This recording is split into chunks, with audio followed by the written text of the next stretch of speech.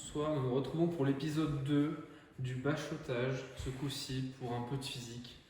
On va faire l'étude de l'écoulement de Poiseuille avec un bilan de quantité de mouvement. Du coup, très facilement, on commence par un petit schéma. On a une masse d'eau qui rentre à l'instant T dans le cylindre de rayon R de longueur L. Une masse d'eau qui en sort à l'instant T plus dt. Directement, l'écoulement, il est stationnaire incompressible. Du coup, la quantité de mouvement à l'instant T, P1 de T, la quantité de mouvement de l'élément 1, et la quantité de mouvement de la partie commune, qui est constante, évidemment. Et à l'instant T plus dt, la quantité de mouvement de la partie 2, plus encore la quantité de mouvement de la partie commune. Au final, l'écoulement il est stationnaire et incompressible, on peut facilement montrer que P de T plus dt égale P de T. Du coup, ça va nous servir pour notre bilan de quantité de mouvement. On va appliquer le principe fondamental de la dynamique à notre système. On écrit que P de T plus dt moins P de T sur dt, c'est la somme des forces du coup. On a la résultante des forces de pression qui vaut πr au carré fois PE moins PS, avec PE la pression à l'entrée du cylindre et PS la pression à la sortie du cylindre. Les forces de pression sur les bords du cylindre se compensent de à 2 par rapport à celles qui y sont opposées. Du coup, on n'a pas de force de pression sur tout le bord du cylindre. Et la force de viscosité en état dV sur dr fois 2pi RL qui est la surface du bord du cylindre. Et les deux sont orientés selon x. Et du coup, comme on avait dit tout à l'heure que la quantité de mouvement était constante, la somme des forces est nulle. Et du coup, on peut facilement isoler dV sur dr et on retrouve directement sous la forme PS moins PE sur 2 état L fois R, qu'on intègre en PS moins PE R carré sur 4 état L plus une constante. Sauf qu'on sait, comme le fluide est visqueux, qu'à la limite, quand R tend vers grand R, la vitesse est nulle. Du coup, on peut directement trouver notre constante et on a tout de suite que V de M, c'est PE moins PS sur 4 état L fois grand R carré moins petit r carré fois X. Du coup, on va parler du débit volumique et de la résistance hydraulique qu'on peut définir à partir de l'écoulement de Poiseuille. Du coup, par définition, le débit volumique, c'est l'intégrale sur la surface de V scalar ds. Du coup, dans notre cas, ça va être l'intégrale de 0 à grand R de V de R de pi R dr. Et en remplaçant dans l'intégrale l'expression de V de R qu'on a trouvée juste avant, on va pouvoir trouver comme débit volumique pi fois P moins PS fois R4 fois divisé par 8 état L, qui dépend de grand R évidemment. Et là, on va pouvoir faire une analogie avec la loi d'Ohm. Et là, c'est un moment que j'aime bien parce que là, on fait des liens. Et c'est ça que j'appelle faire des sciences. Voilà. Du coup, on a l'électricité, on a la tension. Et là, on va pouvoir la remplacer par P moins PS, la différence de pression entre l'entrée et la sortie. Et du coup, on va pouvoir essayer de définir une résistance hydraulique avec le débit volumique qui va être analogue à l'intensité dans le cas électrique. Du coup, directement en posant le calcul, RH c'est PE moins PS sur dV. Du coup, c'est égal à 8 état L sur pi R4. Et enfin, on va pouvoir parler du nombre de Reynolds.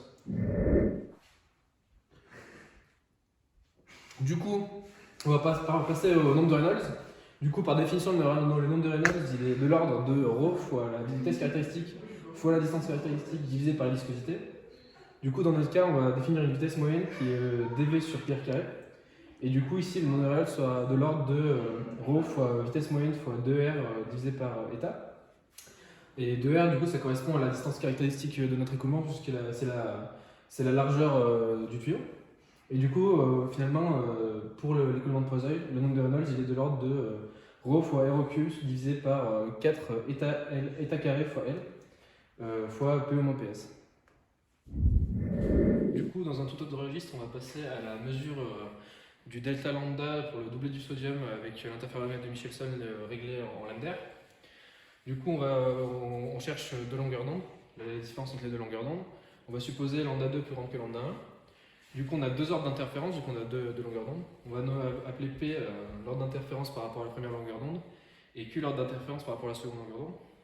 Du coup, on observe sur la figure d'interférence des anticoïncidences, c'est-à-dire des brouillages sur la figure d'interférence comparée à celle qui a une seule longueur d'onde.